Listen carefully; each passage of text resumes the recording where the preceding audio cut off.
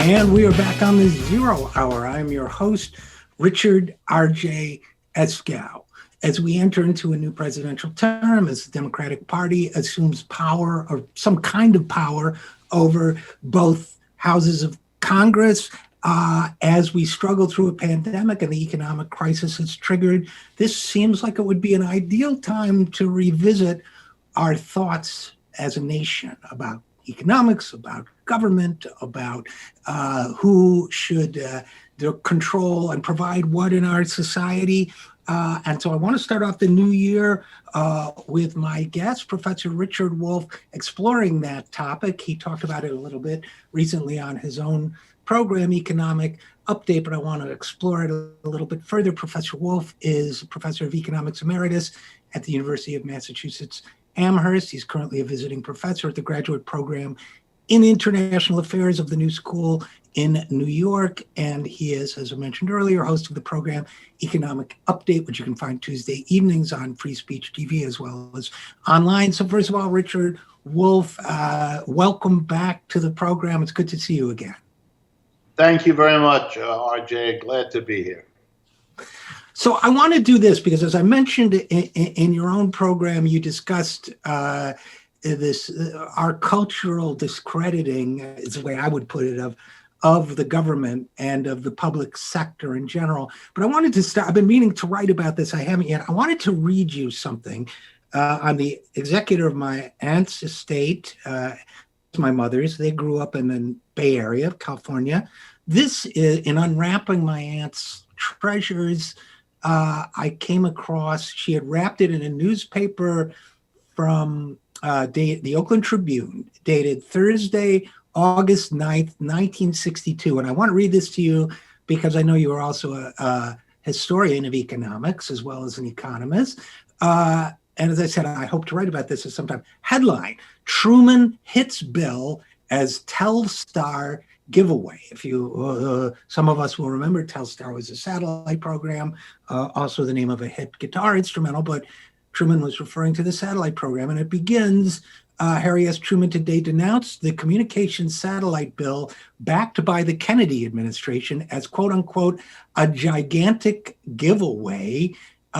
Truman, just to summarize, tried to distance himself from the appearance of criticizing President Kennedy. He said, I don't think the president understands this bill. But Truman goes on to say, and this is why I think it's relevant to the topic you raised on your program, Professor Wolff, the public spent $25 or $30 billion developing satellites and communication system, and they ought to be publicly owned. Quote, he goes on to say, the Republicans will give away everything if you don't watch them, end quote. Now, you and I both know Truman was not a saint of the modern era. He was a machine politician. But as of 1962, a Democratic ex-president was willing to object to something that I think would be heartily embraced by virtually everyone, every elected official in both parties today. That is to say, the private ownership of something that was developed at public expense. First of all, am I right about that? You are sadly right that here in the United States, there is this fundamentalist economic belief that somehow everything done by the private sector is good, productive, profitable, and efficient, and everything done by the government is the opposite.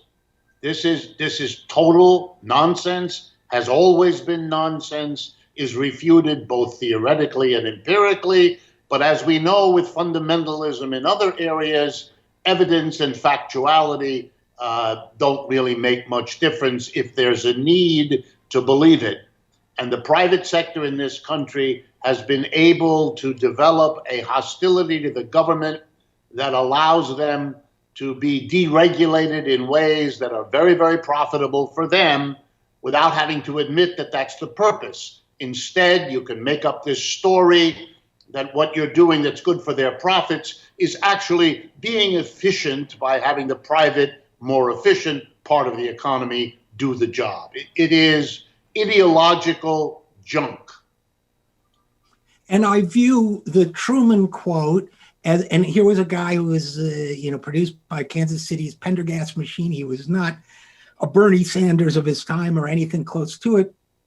But I view Truman in this case and his criticism as being a kind of dying gasp of the FDR era. And I don't mean to deify Roosevelt either, but of an era when Democrats thought government could do some things well. And in this case, I view John F. Kennedy as the sort of I know I'm oversimplifying a bit, but as a precursor of the Clinton-Obama worldview which internalizes what Harry Truman described as a Republican mindset and agrees that it would be better to give $7 billion or $5 billion of public money to Elon Musk to launch satellites than it would be to do that without any profit taking and with democratic control of the results. So I kind of see Truman here as being the last faint echo of a dying era that we need to breathe life into and make stronger than ever. Is that fair?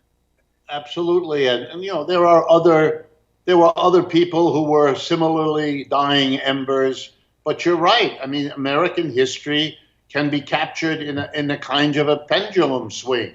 When the economy crashed in 1929, it was crystal clear, virtually to everyone, that it was the private capitalist system that had fallen apart, that had produced a 25% unemployment by 1933, meaning 1 out of 4 workers was out of work, which means every American family was touched in one way or another. Father, mother, cousin, uncle, aunt were out of work, leaning on everybody else because there was no federal unemployment compensation at the time, et cetera, et cetera, et cetera.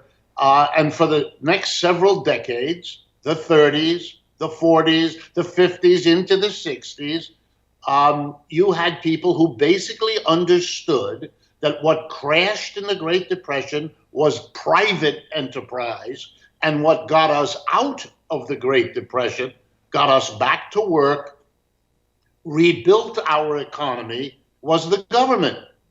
And the government was expected, asked, and thanked for doing it, whether it was building public housing in the years after the war, or the GI Bill that paid for an entire generation to go to college, or the building of our interstate highway system, or the subsidization of exports through the Marshall Plan. I could go on, but the government was absolutely what was saving American capitalism at that time.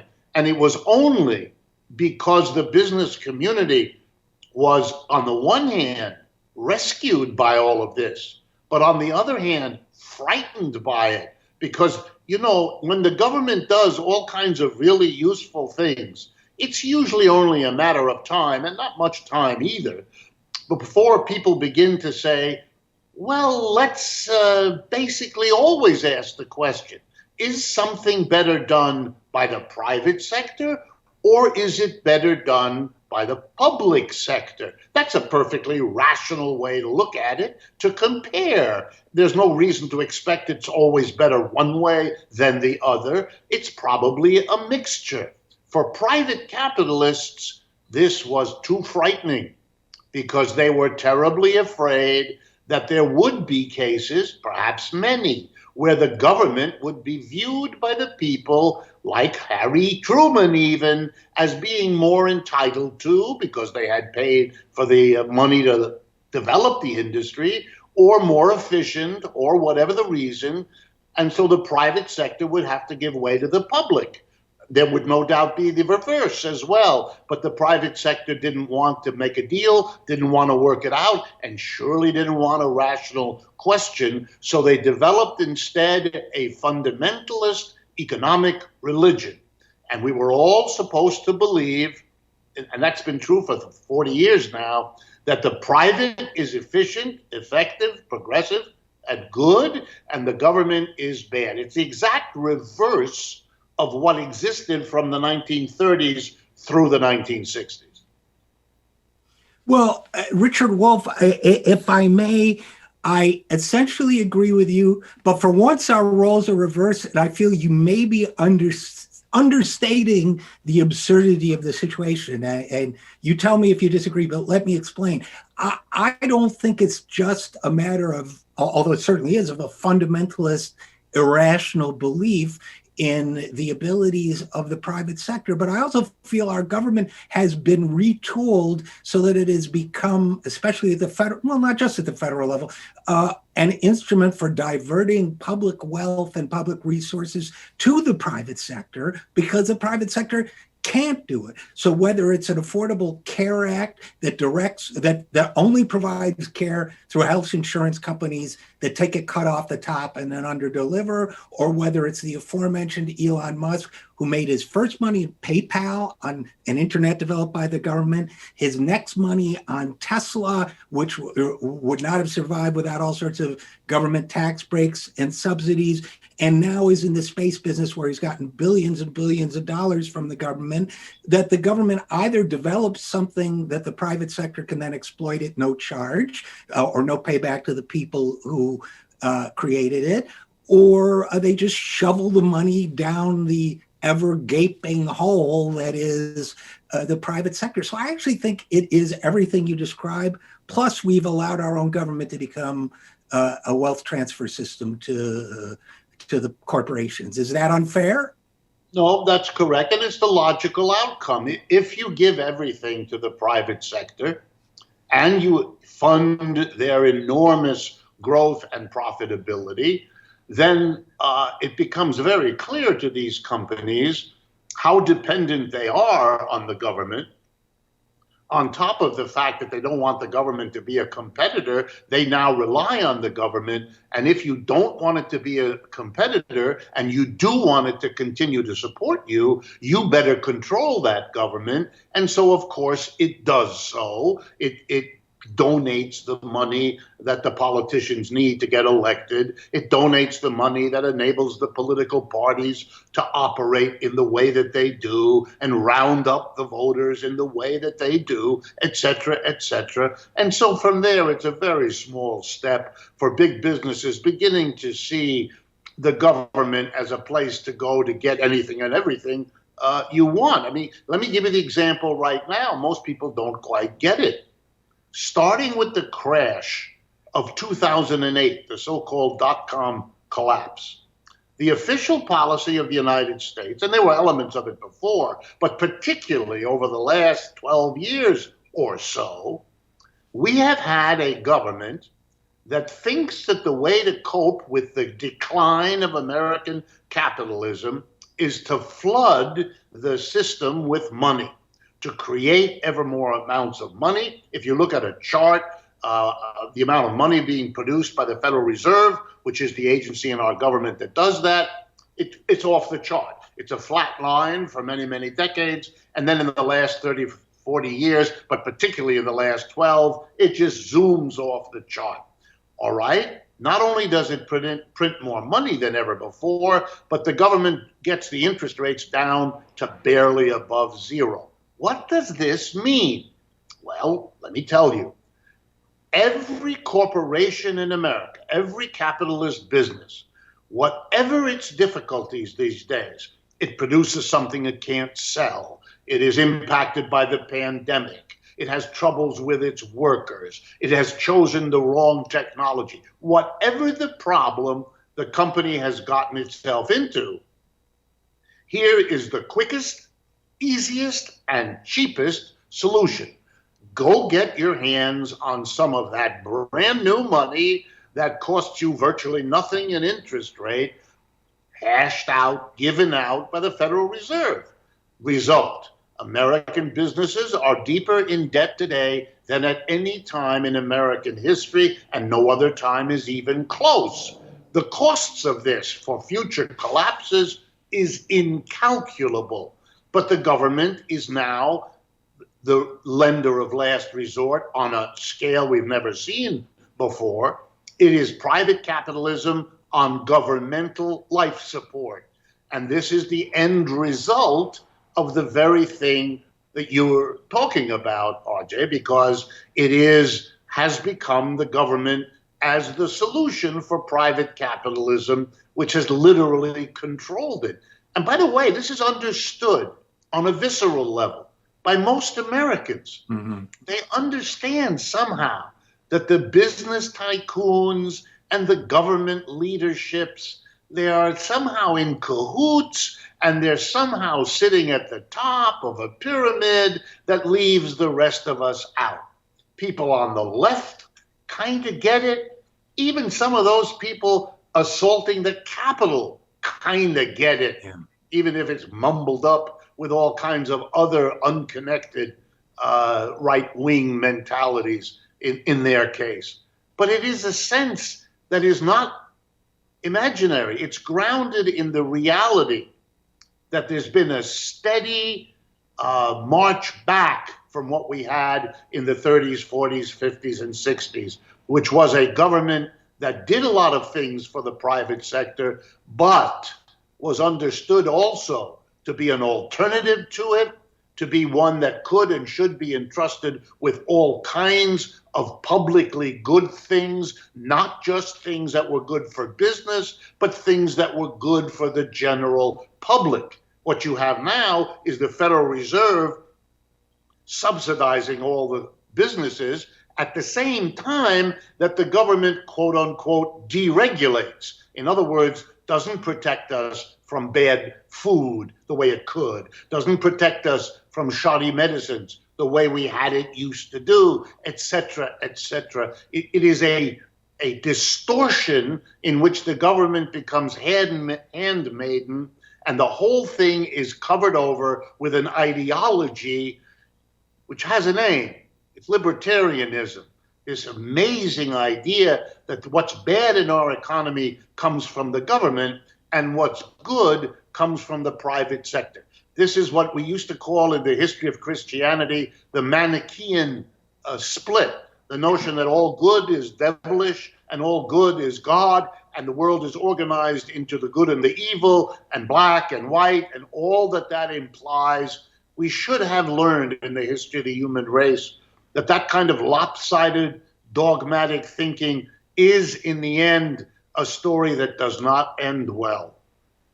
Well, and just as fundamentalist religion often contradicts in its behavior the liturgies of their faith, whether it's Jesus and the poor or what have you, it seems to me that this kind of fundamentalism that you're describing even contradicts itself, because while it preaches competition and the free market and that free people ought to be able to start their own businesses and garages or what have you, what they do in practice, which is a mythology, but what they do in practice is, like what you just described with the Federal Reserve, benefits larger corporations, squashes the very competition they preach about. But there's nobody really preaching, there aren't too many people in the political sphere anyway, preaching the old school gospel of government's role in society. You have Democrats like Bill Clinton going along with Ronald Reagan's mocking of government. Remember, Reagan said, I'm from the government, I'm here to help. Most ridiculous, mocking that as if somebody saying, I'm from your cable company, I'm here to help, would make sense. So it seems to me, the kind of people you're describing on the right, for example, the uninformed ones, nobody has really said to them, at least in mainstream politics, Bernie tried, but not too many people have said to them, look, the problem in your life isn't government. It's, something's wrong. Let me tell you who's really doing it. It's this one, it's this one, it's this corporation, it's this CEO. So if somebody else comes along and says, it's those elites in Washington, I feel that they'll latch onto it because nobody has presented them with a more accurate description of why their lives seem to be going downhill. What do you think? Well, I think here is an example, RJ, in which we agree, but it's one of those agreements in which you're seeing the glass half empty, and I guess I'm seeing the same glass with the same amount of water in it, but seeing it as half full. Let me explain. I'm struck that in a society that for 40 or 50 years, basically since the 1960s, has been treated to a literal dogmatic storm of neoliberalism, libertarianism. It takes a variety of forms. This demonization of the government and fantasy celebration of the private.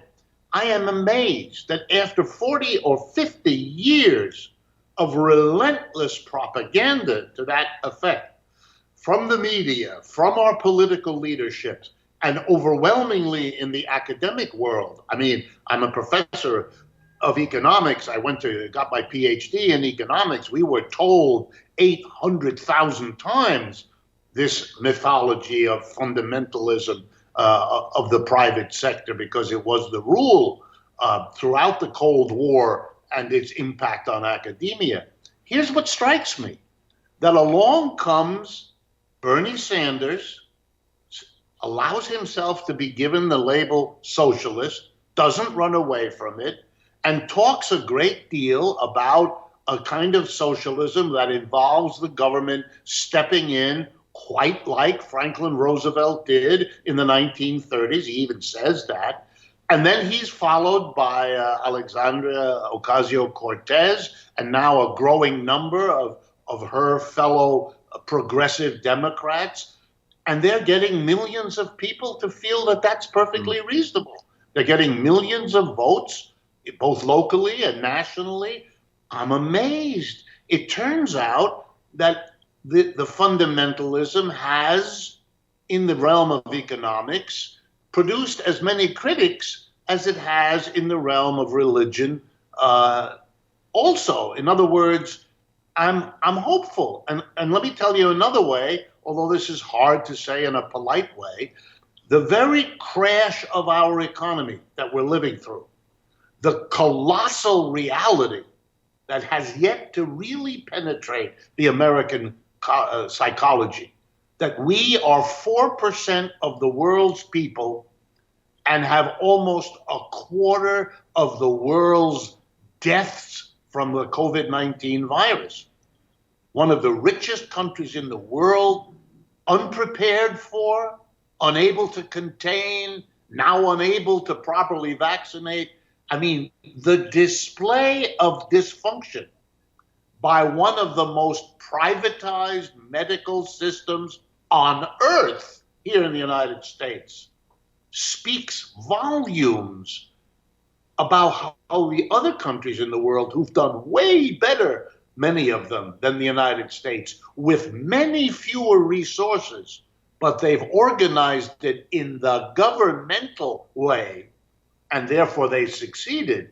This reality, just like the reality of those that are coping better with their economic crash, it's going to feed a notion that the fundamentalist, crazy, one-sided hoop-de-doo about the private is really a dead end, something that a large number of people need to abandon, the way Americans did in the 30s, 40s, and 50s. I think I see that coming, and in a way, it's, if you like, the silver lining on the suffering that the pandemic and our failure to cope with it and the crash of our capitalism are forcing us to go through. There is something that may emerge from this that will, in retrospect, have been a positive amidst all the negative. Well, I'm delighted to hear it, and I'm certainly more than open to it, Richard Wolff.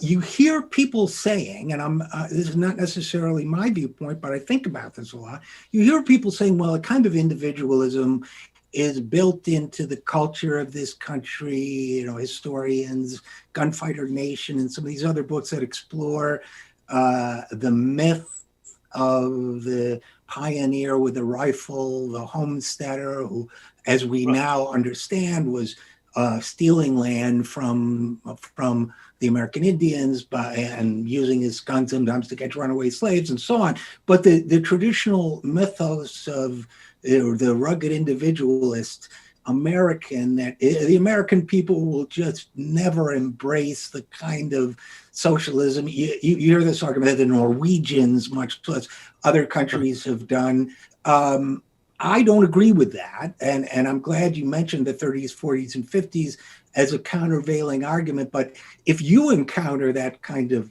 pushback, what's your response? Well, I actually have several since, like you, RJ, I do encounter it, although I'm happy to tell you much, much less in recent years than I used to.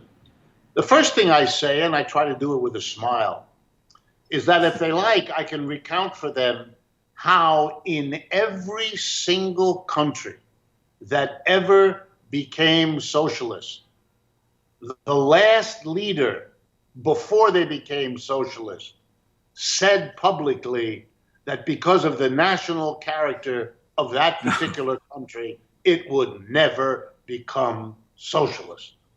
So the fact that, for example, in one of his most recent State of the Union messages, Donald Trump assured us that the United States would never become socialist, what that elicited in me was a giggle. He, of course, doesn't know the history. Otherwise, he would have had to come up with some way to suggest that his saying so would have a different meaning historically than all the others who said so. In other words, the meaning of it is zero. The European countries that have had socialists in their governments, also, every one of them, had people who thought that would never happen. And I'm talking about Spain and France and Germany and Italy, not just the Scandinavian countries. The dictator who led Portugal for decades, Salazar, was fond of saying how the Portuguese people are an independent, etc. Very like the United States. Individual, anti-collectivist, pro-capital, all of that. So my response is, let me tell you what the government in Portugal is right now, as we're speaking in the year 2021. The Portuguese government right now is a coalition of 3 political parties. The largest of them is the Portuguese Socialist Party. It's the leader. The second member of the coalition is the Portuguese Communist Party. And the third member of this coalition is the Portuguese Green Party. That's the government of Portugal, and it has been recently re-elected. It's in its 5th or 6th year of government. Now, of course, most Americans do not know what I just said. And that's part, of course, of what's going on here. So, no, I find it interesting that the socialism that is more and more interesting, polls among people 35 years of age and under in the United States for at least 2 or 3 years now show roughly an even split, or sometimes a majority would prefer to see a socialist America than the capitalist one. And when people say, well, they don't know much about socialism, yes, I think that's probably true, given how it has been banned from a discussion among rational thinkers for a long time in this country. But what it therefore means is, while they may not know all that much about socialism, they do know what they don't like, and that's capitalism. And the capitalism they don't like is the capitalism they know. And that capitalism is the most privatized capitalism probably on earth, and certainly in any major country in the world today. And there again, look at the half full glass. If the most privatized economy is the one where the unemployment is the highest and the COVID death rate is the highest, these are not recommendations. They are reasons to be, at the very least, very skeptical. And they may or may not know much about socialism, but they know a lot about capitalism, living under it, right, which has burdened them with student debt, many of them, given them low-paying jobs or no-paying jobs, on and on and on. The young people of this country have been unfairly burdened by the system we're under. So if you have a minute before you go, Richard Wolff, sure. What are your thoughts on what the left needs to communicate or act on in the year to come, in 2021? I think the left needs to do two things. This has been true for a long time, so it's not as though I'm saying they have to do something new, but they have to newly do it. They have to, in fact, accomplish two basic objectives. Here's the first. The left in the United States, and by that I mean mostly the left wing of the Democratic Party and those who are to the left of that, they are many in this country. The Occupy Wall Street movement showed that. The two Bernie campaigns showed that, and so on. Black Lives Matter, Me Too. The movements show it. The votes show it. The polls show it. But they're not organized. So the number one task, you've got to organize these different movements into something that will enable them to have the strength of their unity, to help one another in their individual prioritized struggles, but to also present to the American people a unified entity capable of governing the society. That's the number one. The number two, just as important, there has to be the boldness of advocating what the others dare not. And by others, I mean the established Republicans, the established Democratic Party, and even many of the wings of the establishment of the Republicans and Democrats, the Trump wing of the Republicans as much as the establishment, and so on. It means showing that there is a different set of objectives, goals, priorities, values, whatever you want to call them. And let me give you very quickly examples of what I mean so it's very clear. We now have roughly 25 million unemployed people in this country collecting unemployment insurance, either from one of the 50 state governments or the federal government or both.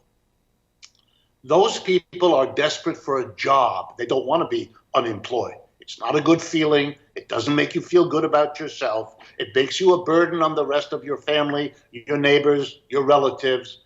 It's bad every which way. It means you may not have enough money to cover your mortgage or pay your rent or give your kids the education they need, etc., etc. What those people need is a job. And what the left in America ought to be in favor of is the following. The private sector doesn't find it profitable to offer these people work. Fine. That's how private capitalism works. Having a job is always held hostage to the private employer's decision whether or not to offer you one, which in turn is governed by whether he can profit from doing so. The government is not constrained this way. So the first thing the left has to do is say, if we were governing, what we would do is immediately create government jobs for those 22 million. And by the way, that's what Roosevelt did between 1934 and 1941. He hired, you ready, millions of unemployed workers to work for the federal government in the Civilian Conservation Corps, in the WPA, building bridges, a New Deal of all kinds, the first ecological programs. In our country now, these would be people trained to do the testing for COVID that we've still not done as a nation, to administer medical care, to provide daycare for the millions who need it, to do something for our elderly, a growing part of our population. The Green New Deal, we have no end of socially useful things for these people to do. Give them a job, give them an income, enable them to feel like they're good, productive citizens, which is really all they ask. The Republicans didn't do it over the last 10 months, and Mr. Biden hasn't said one word, nor has Janet Yellen, the new Secretary of the Treasury. They don't even debate this subject. They act as if this option wasn't there. Some of them have been proudly saying in recent days that yes, they're going to be spending $2 trillion to help relieve the American people. But they carefully say with pride they're not going to raise taxes. How interesting. It means that you're going to be borrowing the money. And here comes my second big thing the left should do. No borrowing. No. That's not how you should pay for the workers being hired, those unemployed, to transform this country, which 22 million additional workers could really do. That's not how you should pay. Here's how you should pay. You should tax big corporations and the rich. You know why? Because that would reduce the inequality that haunts not just our economy, but our society as a whole. And let me be very clear what I mean. In the United States, we don't tax property. The federal government does not tax property. It taxes income. That's different. That's money you earn. It's not property you own. State governments do not tax your property either. Again, they tax either your income or your spending, like in a sales tax. One level of government in this country taxes property. It's the municipal level, the city or the town you live in. And they tax only certain kinds of property: your home, your automobile, the land, and an inventory if you're a business. Notice that the local government does not tax what is called intangible property, stocks and bonds, which creates the following weird American reality. If you own a $100,000 home, you pay a property tax. Whether or not that home generates income from you, you pay every year a tax on the value of the property. If you sell your $100,000 home and you use the revenue, the $100,000 you get for selling it, to buy $100,000 worth of stock, you pay absolutely no property tax to anybody on it.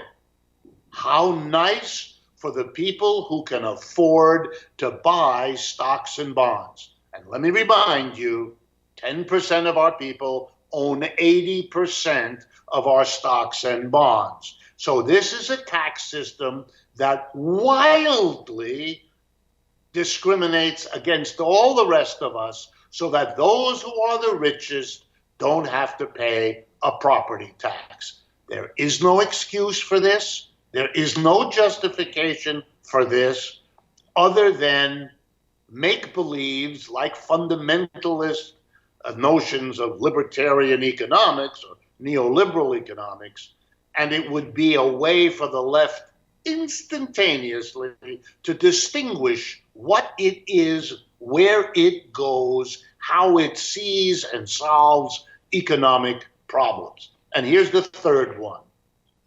We have an economy in which we only really allow one kind of business organization, the capitalist one, very hierarchical. In every factory, office, and store, tiny group of people sit at the top, make all the decisions. They decide what will be produced, what technology will be used, where the production occurs, and what is done with the revenue that the enterprise generates and that all its employees help to produce. Here's an alternative, a democratized enterprise, where you work there, you get one vote. Everybody does. Whether you sweep up, whether you are a supervisor, whether you work with a machine, whether you advise people on their personal issues around workplace, you work there, one person, one vote. You democratically decide what happens. And guess what? You also democratically decide how to distribute the income that the enterprise makes possible. You think a democratic decision would give some people tens of billions of dollars while the majority of people can't get their kids through college? Not going to happen. You want to deal with the inequalities of our system?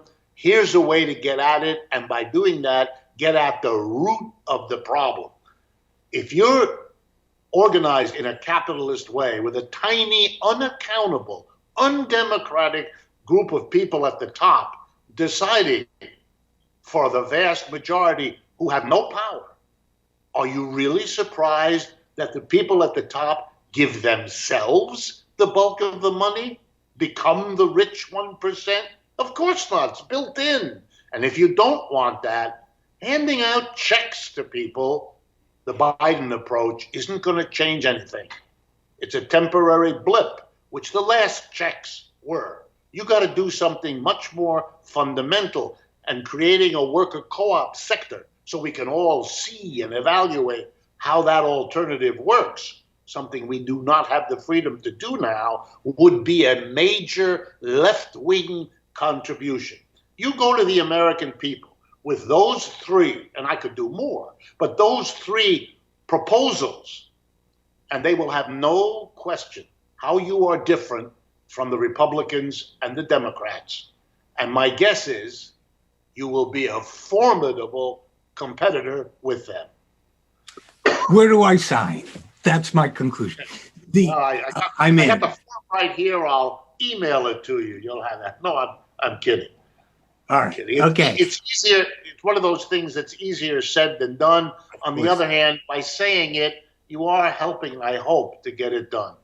That's why we're here, right? So, yep, as always, Richard Wolff, economist, host of Economic Update, and so much more. His latest book is The Sickness is the System. As always, Richard Wolff, thanks for your thoughts and your inspirations, and thanks for coming on the program. Thank you, RJ. It's a pleasure to talk about these things with you and to share with you the hope that they help build what we know is needed. Very good. And we'll be right back after this. I am Richard RJ Eskow, and this is The Zero Hour.